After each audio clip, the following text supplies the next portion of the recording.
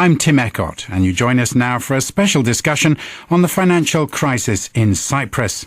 With just over 1 million inhabitants, the island is one of the smallest nations in the European Union, but it's at the centre of a financial battle which some analysts believe may threaten the integrity and stability of the entire Eurozone. Cyprus joined the EU in 2004, and with linguistic and cultural ties to Greece, its economy inevitably got sucked into the economic woes of its larger cousin. With Cypriot banks operating at a loss, it went to the EU for a bailout. The solution they proposed was unique: fund the shortfall by seizing 10% of the savings deposits in your own banks.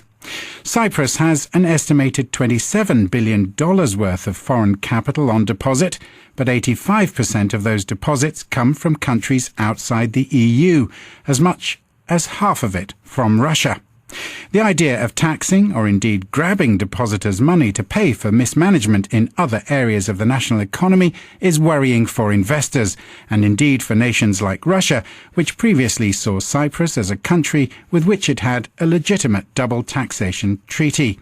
Some 40,000 Russians are estimated to live permanently in Cyprus, and they, like ordinary Cypriots and a sizable population of British retirees, now fear that their savings are in jeopardy. More widely, the idea that deposits in an EU banking system may be unsafe is sending shockwaves through the financial community. Prime Minister Dmitry Medvedev has already said that Russia may now consider reducing its euro reserves.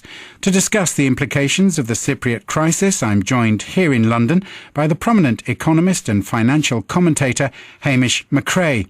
He's also an associate editor with the Independent newspaper. In our Moscow studio, we have Pavel Kudukin, who's Associate Professor at the Higher School of Economics and President of the Expert Fund for Social Research. My co-host in Washington today is Rob Sachs, whose studio guest is Anthony Kim, a Senior Policy Analyst at the Heritage Foundation think tank in Washington. Hamish McRae here in London, welcome. Thank you for joining us. I wonder if we could just briefly give an overview. What's this all about? Well, you're shooting at a moving target. This is moving very quickly. But we know that Cyprus is one of the smallest, the third smallest of the countries in the European Union. It is the next candidate for a bailout. There have been 4 already. It ought to be easy to create some sort of bailout for it. We're only talking about 6 billion euros or so, dollars. So, relatively small compared to some of the other debts in the Eurozone. Oh, it's tiny. In global finance terms, this is nothing. But there is this sticking point that the feeling is that Cyprus has prospered by attracting hot money. There is a feeling that some of this hot money may be illegal money, nothing proven, and that because it's benefited from this, it's got too big a banking system. The banking system is underwater. Therefore, they've got to find the money from somewhere. And the national finances aren't big enough. The coffers are pretty empty. So where do you go? You go to the bondholders of the banks. Aren't very many of them. So you say, well, wait a minute, let's look at the depositors. Half of them are foreign, 3/4 of them are foreign, half of them are Russian. Why don't we just hit them? Now, it's kind of brutal, but that's the story. Brutal, but simple. I wonder if we can go then briefly to Pavel Kudukin in Moscow. Pavel, what is the Russian view as such of what's going on in Cyprus? It's rather curious that the situation in Cyprus is very exciting for Russian. I don't suppose that for Russian public, but naturally for Russian business and for Russian authorities. Also, it was very interesting that we had unprecedented fact when the meeting of the Cyprus Parliament was broadcasted by one of the Russian TV channels. Even Russian Parliament is not always broadcasted. So a measure of the interest there being shown. And now crossing over to Washington, Rob Sachs there and your guest. Perhaps we can get the view from Washington before we discuss this properly. Thanks so much, Tim. I want to welcome Anthony Kim, Senior Policy Analyst at the Heritage Foundation. And listening to the problem that's going on here, what do you think are some of the viable solutions for what could happen in Cyprus right now? As we heard, they are facing a huge amount of cash that needs to be infused into their banks, and not a lot of people want to pony it up right now. Well, thanks for having me today to begin with. I think the situation is ongoing and still evolving. It's been carefully looked at by many people in Washington. In terms of solution, I guess it's anybody's guess. It's very moving target, as somebody has mentioned earlier, and nobody knows exactly what's the outcome. But what we know is one thing. The European Union or Eurozone finance ministers, do they want this kind of crisis like prolonging, or they set up a temporary deadline by Monday? So it's up to anybody's guess at this point in terms of a concrete solution. But I think all the parties that are involved in this messy, sort of unfortunate crisis situation has to pay equal attention to the crisis. And who do you think ultimately will pay? Do you think it will be Russia? Do you think it will be local Cypriots, or somehow Germany and the EU will come in, or maybe a combination? Who do you think is going to put in the capital? In my personal opinion, somewhere combination. I mean, again, they try to, the one thing we know is this whole saga of Cypriot crisis, banking crisis, elevated the Eurozone debt crisis. There's no question about it. So in an ideal sort of setting, the compromise somewhere, somehow, has to be made in terms of finding the necessary money, and more importantly, stopping this crisis from prolonging. Tim? Yes, I wonder if we could turn to Hamish McRae here in London again. I mean, do you understand from a London viewpoint, if you like, why Russian investors in Cyprus might be feeling hard done by? Well, I think anybody who has money in a bank anywhere, particularly a bank in a Western society, in a European society, where they thought that there was an explicit guarantee for all deposits less up to 100,000 euros. What's that? That's about 120,000 US dollars, something like that. They thought there was an explicit guarantee. They suddenly find, wait a minute, chum, there isn't. We're going to take some of that money. Now, the money is not being taken because the bank's gone bust. It's being taken as a tax. But you still lose your money. And if you're above 100,000, well, you thought you had an implicit guarantee if you were, that you wouldn't lose your money, and now you find you're not. So I think that everybody, and there are a lot of Britons involved here, a lot of Britons have retired to Cyprus and have money in local banks. So, we're in this one too. The numbers are probably smaller, but we're in this too. So is there any parallel with what happened with British investors and institutional investors in Iceland, where the British government was forced to go in and try and intercede on behalf of those people who were threatened with losing money when the Icelandic system collapsed? Is there any parallel here with what Russia is faced with in terms of its own people losing money in Cyprus? There's one difference here, which is that the money that Britons put into Icelandic banks, they did so into the London branches of those banks. So they actually put the money physically in this country. Here, in this case, the Russians have put it into a foreign country. So there's a difference there. But emotionally, sure, both sides have everybody who's losing money in this way has a right to feel that this wasn't quite what it said on the can. Pavel Kudukin from Moscow's Higher School of Economics. We don't really know what's going on, do we, in these discussions between the Cypriot finance minister and the Russian government? Is there a power politics at play here? I mean, do you think Russia would like to bail out Cyprus? Would it give it more influence in the region? Might be. At least there are three possible reasons for Russian interference in the situation and taking part in bailing out of Cyprus' financial system. First, it is the role of Cyprus as offshore zone, very interesting for Russian business. And formerly, Cyprus is one of the major foreign investors to the Russian economics. Naturally, it is Russian money which are going through Cyprus and return to Russia. Then there is some information that Russia tries to get access for Gazprom to recently found gas fields at the Cyprus shelf. And the third, naturally, it is an idea to strengthen the Russian positions in the Eastern Mediterranean. You mean militarily? Might be even military, though naturally it will be very difficult from the point of view of general interests of the European Union. And it's, by the way, it's also a very serious problem that if Russia tries to act in some kind of confrontation with the European Union, it might be very counterproductive. But at the same time, it is very difficult to get some accordance with the European Commission, European Central Bank, and though it might be much better if those players come to some accordance. Can you explain, Pavel, just briefly, that relationship between Cyprus, the money from Cyprus flowing back into Russia? Because I think that is an area that we don't necessarily understand too well. Why is Cyprus an investor in Russia? It's Russian money going back into Russia from Cyprus. Is that correct?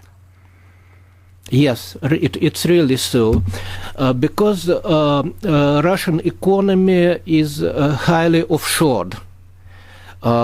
Typical Russian company have some Russian beneficiaries who are Russian citizens, but at the same time they are owners of some investment company or some managing company or some financial fund in offshore zones like Cyprus, like, for example, island of Man or British Virgin Islands.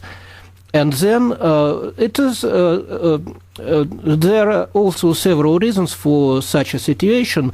Naturally, it is problems with guaranteeing of property rights in Russia. So it's a kind of protection of property. And then naturally it is a kind of, as it is used to say in Russia, to optimize the taxes. The system of transfer prices between the chain of affiliated companies with getting final profit in some of the offshore zones. So Cyprus is some of such zones, and very important that it is a country of the European Union, and also it is rather close to Russia, not only geographically but also culturally, as an culturally orthodox country. Pavel Kudukin, thank you. Let me cross back to Rob Sachs there in Washington. I suppose for your guest there, Anthony Kim from the Heritage Foundation, does this seem like a storm in a teacup to the U.S. Financial sector? Well, once again, the situation is continuing to evolve, and many uncertainties are clouding the horizon. As a gentleman in London mentioned, Cyprus is a tiny island, but the consequence will be unmistakably huge. And as we move through this storm, I think it's a lot of things that we don't know at this point. Having said it, the banking crisis of Cyprus, it became sort of sovereign debt crisis and political crisis, and now it seems like it's becoming a geopolitical crisis. So again, I want to come down to this one point. The Eurozone crisis has been like 4 years in a row since late 2009, and Cyprus will be fifth country that will get eventual bailout or some kind. So it's a prolonging crisis, and the region, Europe as a whole, it needs vibrant economic growth and stability and everything, not just for the sake of the European Union's future. It's about people's lives. So we will have to be really careful about the final outcome. But Anthony Kim, thinking about what's happened here, and you just heard Pavel Kadukhin saying, yeah, Cyprus kind of was and is a tax haven for Russian deposits. Do you think that the rules of the Eurozone perhaps need to be rewritten to say these are the types of deposit we'll accept, this is what we won't accept, this is what we can do to make sure that all of a sudden you don't have a country like Cyprus, which has deposits that are 8 times and assets 8 times the country's GDP. What can Germany, who is at the center of this, do to make sure this kind of thing doesn't happen again? I think that's a very valid point, and also that's really one of the important lessons that we have to take away from this ongoing Cyprus fiasco. Offshore banking, yes, but Cyprus has been relying on and a lot of foreign money, especially as gentleman in Moscow mentioned. A lot of Russian money has been streaming through Cyprus. Some people say a lot of them are illegal. Some people say, yes, half and half. I mean, we don't know the exact picture. But what we know is this kind of sort of tax haven issue, it has to be carefully looked at, and it shouldn't be ignored by other big, important pending problems. But how do we relate to that here, Hamish McRae in London? Some people in Russia are asking the question, Britain has these offshore tax havens. In fact, some of our former colonies, now called British Overseas Territories, albeit self-governing, act as tax havens. Are we expecting Cyprus to do something that we're not doing, or vice versa? I think this is the huge question of why does the world have tax havens? What is the function of it? Why do large countries allow this to happen, even in their own, to some terms, actually encourage it to happen? For example, an awful lot of the world's insurance is done through Bermuda. There's Switzerland, how can I put it, a real country, which is a tax haven. A lot of the world's short-term funds are placed there. So, I mean, I think this is something that is a bigger issue than Cyprus. I mean, this is a part of the problem with the Cyprus story is it's a story at 3 different levels. It's a story of ordinary people who can't get their money out of the cash machines. It's a story about what on earth is Europe going to do, including what it's going to do about the tax havens within the European Union or close to it, such as Liechtenstein or indeed Luxembourg. And then it's the third story, which is what does this mean for global power? Does this increase, whatever the outturn is, Russia's power in the Eastern Mediterranean? And I don't think we know the answer to any of those 3 stories yet.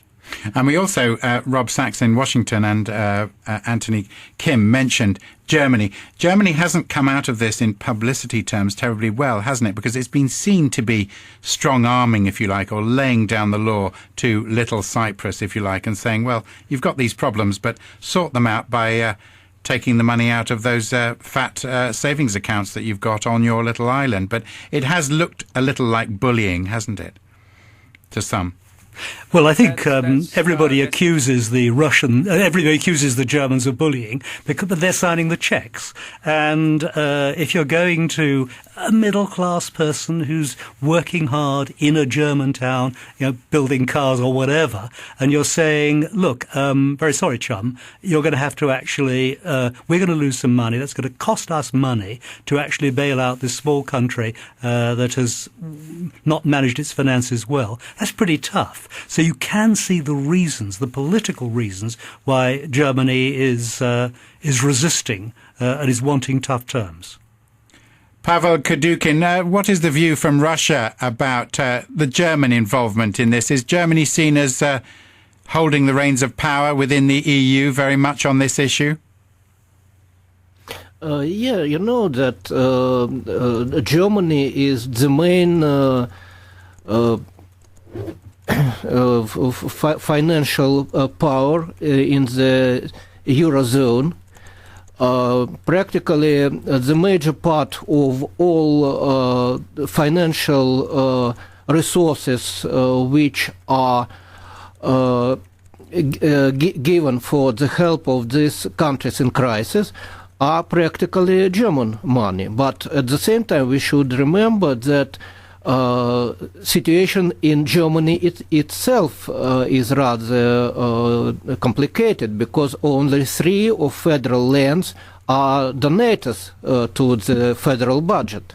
And so practically 3 German lands, Bayern, Hessen, and Niedersachsen, are major donators to the whole Eurozone.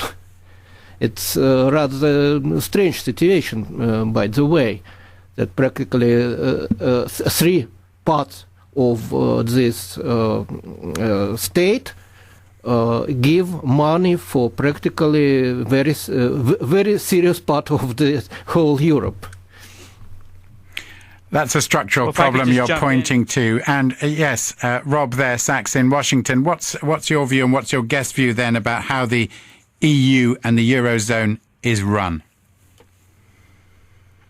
Yeah, I just wanted to pose that question to our guest here and ask you, Anthony Kim, when we think about how the EU runs the Eurozone and tries to keep it in line, and we see one country that's very small have a disproportionate problem like this, does that not call into question the cohesion overall of the Eurozone? It's not only about that cohesion issue, but the whole way, the entire process that this specific crisis has been dealt with. To begin with, last week, when they came up with almost violation of private property right, taxing savings account in the individuals' banks, I think that's quite undemocratic. And the process to get that kind of solution has been close to the public, and it was, even though it was agreed to the government of Cyprus, it created a lot of frustration and anxiety and the legitimacy of the outcome.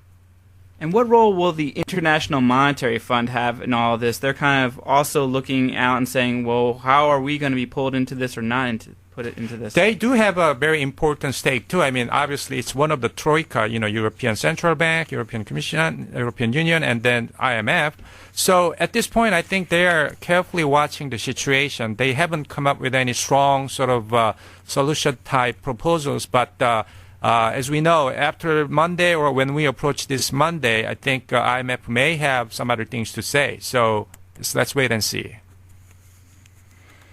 And Pavel Kadukin, do you see long-term solutions being proposed in terms of structurally changing how we go about things so that we're not running into this again with every little country that has these disproportionate deposits?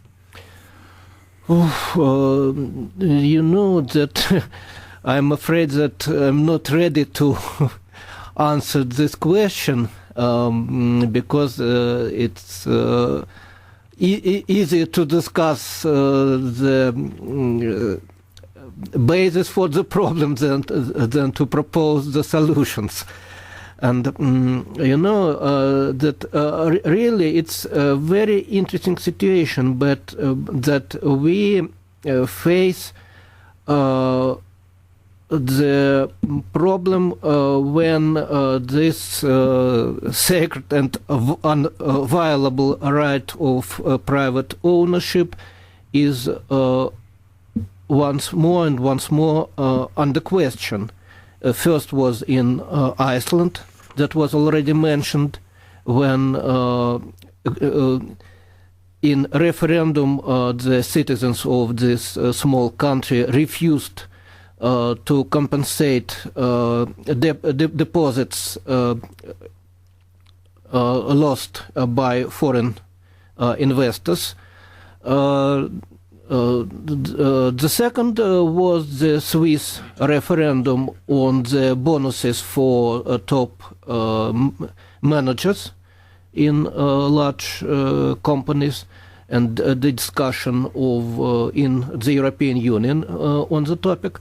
And the third, this attempt to impose to Cyprus this bank levy, practically kind of confiscation, a very rather exotic solution.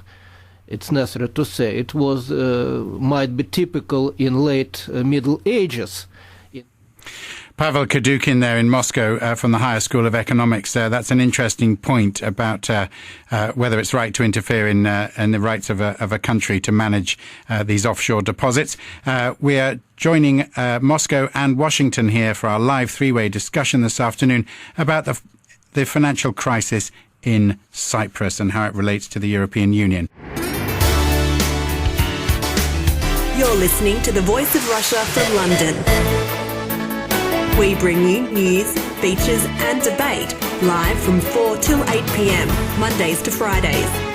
Tune in on DAB or online at ruvr.co.uk. You're listening to the Voice of Russia in London. You join us now. We're in the middle of a discussion with London, Moscow and Washington about the fallout from the Cypriot banking crisis. Let me cross back to you in Washington, Rob Sachs. Pavel Kadukin from the Moscow Higher School of Economics was making the point before the news summary that is it right for people to interfere in the rights of other sovereign states who wish to operate an offshore banking sector? And that's something that, is going to be kind of this existential question. Okay, there's the bailout problem, but then how much should one state be able to dictate with another? And now you have Russia coming in that's not part of the EU, so it's complicating that as well. And I know Anthony Kim with the Heritage Foundation, you were also saying that this isn't just a problem with banking, but also just governance in general. And what other aspects of Cypriot policy and governance that do you think are problems that need to be addressed here in looking at how to come out of this whole debacle? So actually that's a good question because, obviously this is a Cyprus banking sector crisis we began with. But now what we are seeing is a bit much more actually complicated crisis affecting many key stakeholders in the Eurozone and beyond Eurozone and even Washington. We are carefully watching the situation because Washington and European Union and Europe, it's all nowadays connected through financial means and trade and everything. And, we're talking about the possible US-EU FTA as well. So everything's really well connected and the situation has become much more complicated. Having said it, I think Cyprus, its own policy mistakes, for example, it has a huge bloated banking sector, but on top of that, Cyprus has been spending a lot more money in terms of their government spending since the country's joining of the EU since in 2004. Now, government spending as a percent of GDP is more than 45%. And public debt has been increasing over 80%. So that certainly exacerbated the current problem, making banking crisis into a much wider sovereign debt crisis. So there are things that Cyprus has to clean up other than banking sector. And one more question for you, Anthony. Looking at this from the United States, you're thinking, okay, here's another crisis, but the stock market's doing really well. We're hitting record highs. Mm-hmm. And, the Europeans, they can worry about whatever's going on there, but it's not really going to hurt us. But then again, you were just saying we're all connected. How are we in the United States going to feel the impact of what's going on in Cyprus? See, the real impact will come as we go through this crisis. Again, let's remember, this is not Cyprus banking crisis. It's a Eurozone debt crisis. So the implication for the United States is going to be much, much bigger. For the time being, as everybody is, sit tight and watch the unfolding situation, we don't feel that much of high impact yet. But as we go through, perhaps after Monday, as we get into next week, what we have for now, for sure, is a lot of uncertainty. That will be a killer in terms of moving forward the U.S. economy and the global economy. Tim? Hamish McRae, economist here in London. You alluded at the beginning of the conversation to this being something of a power struggle. Is Cyprus perhaps being rather canny here by sending their finance minister to Moscow, the threat of the EU bailout package being withdrawn next Monday, but the finance minister staying in Moscow? Is Cyprus effectively playing Russia off against the European Union, or are they stuck between two stools? I think every country which needs help from the European Union needs to play it as hard as it can. You want the best terms you've got, and you use every card you have in your hand to try and extract better terms. In the case of Spain, it said, we don't want a bailout, just help us bail out our banks. And that was much easier for it politically. In the case of Ireland, it rather gave in to the demands and then had to negotiate rather better terms later. Here, I think that they will do whatever they can. And if Russia will help a bit more, that means they're a bit closer to getting a deal which does not mean wiping out, or at least biting into, the savings of people in their banks. Pavel Kudukin in Moscow from the Higher School of Economics. Mr. Putin has reportedly said that the existing €2.5 billion loan which Cyprus holds from Russia could be revoked and not rolled over unless he's happy that Russian reserves held in Cyprus are not in jeopardy. How much power do you think the Russian government has over Cyprus right now? You know that this Russian loan and possible new loans are a part of hopes of Cyprus authorities for not for solving of the crisis, because new loans will mean only the deepening of it, naturally, but at least some postponing of the necessity to resolve the problem in some more decisive and more bitter ways. So it's not by chance, I suppose, that the Minister of Finance of Cyprus arrived not in Frankfurt, for example, but or not in Strasbourg, but to Moscow. So it shows, from my point of view, that Russian influence or potential influence is rather strong in Cyprus. Hamish McRae, could you respond to that? I know we've talked about Cyprus being caught in the middle, Cyprus being desperate. What about these gas reserves? Are they as important as some people are making them out to be? And do you know anything about how realistic it is to assume that Russia is genuinely interested in getting a share of those gas reserves? We don't know how big they are. The discoveries are relatively recent. You need to do a lot of testing. It is, however, clearly very much worth looking at them. And this is every oil company in the world is saying, hey, where have we got some more gas? So gas in the Eastern Mediterranean is a commodity which is very useful. Now, as I said, we don't know the numbers. It would be quite sensible to do some sort of deal with Russia that gave it first choice under whatever terms of having access to those reserves. If I was in Cyprus, that's the card I'd be playing. But it also requires Russia to be generous in saying, look, we won't screw you down to the toughest of deals. Our self-interest is being regarded as a good friend to, not just to Cyprus, but also to Greece, a good friend in the Eastern Mediterranean, and we will therefore increase our footprint in the Eastern Mediterranean if we are seen as good people to do business with. Rob Sachs in Washington, I wonder if your guest, Anthony Kim from the Heritage Foundation, has a view on that. I mean, how would the US government view Russia using the situation in Cyprus as an attempt to make friends or stronger friendships with Greece and, of course, Cyprus? That situation, I mean, it seems like to be that way, but we don't know the final outcome yet. A lot of discussions, negotiation between Cyprus and Russia has been going on. We don't know the final outcome yet. So we cannot really say, what kind of implication it will play out. But for the time being, I think not just that angle, but the crisis, the Eurozone crisis itself, it's much bigger deal in terms of the implication.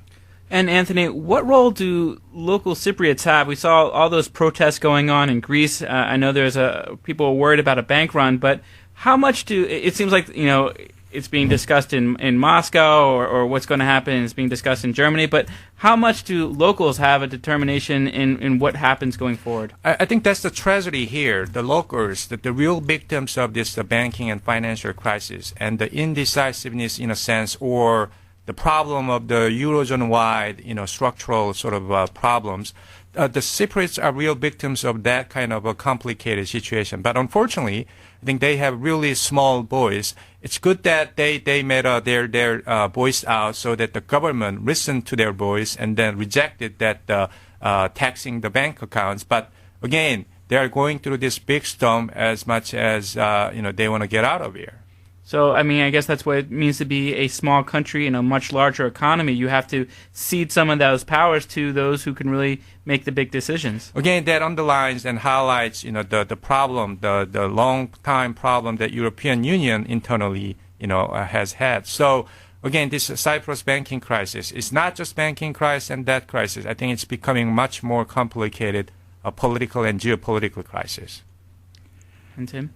Anthony Kim from the Heritage Foundation, thank you very much for that viewpoint. Hamish McRae here in London. I suppose we just have a little time left, but I suppose this in a way is playing into British politics, not just because there are British citizens living and working in Cyprus and retirees there with savings, but it's very good news for the people who promote the idea of Britain staying out of the Eurozone and distancing itself from the European Union, isn't it? This is another disaster in terms of how safe your money might be seen to be if you throw your lot in with a Eurozone dominated by, it looks like, Germany. Well, in the short term, absolutely. This does strengthen the hands of the people who'd like to take Britain out of Europe, and there is now going to be a referendum in the next 3 or 4 years about that. It also actually gives the government a rare chance to show that they're doing the right thing by putting €1 million on a plane and flying them out there so that we pay our troops and other people out there in folding money if the cash dispensers aren't working. So it shows that we can be competent. I think it's another thing, really, too, that it also shows that the European Union, the Eurozone, as at present constructed, has big structural flaws. And this is yet another example of that. And those flaws will either have to be fixed or the Eurozone will break up. Hamish McRae, Associate Editor at the Independent newspaper here in London and a prominent economist, thank you very much for joining us. Anthony Kim from the Heritage Foundation think tank in Washington, thank you for your time joining us on this three-way discussion between London, Washington and Moscow, where our guest was Pavel Kudukin from the Moscow Higher School of Economics. We thank you very much for listening today.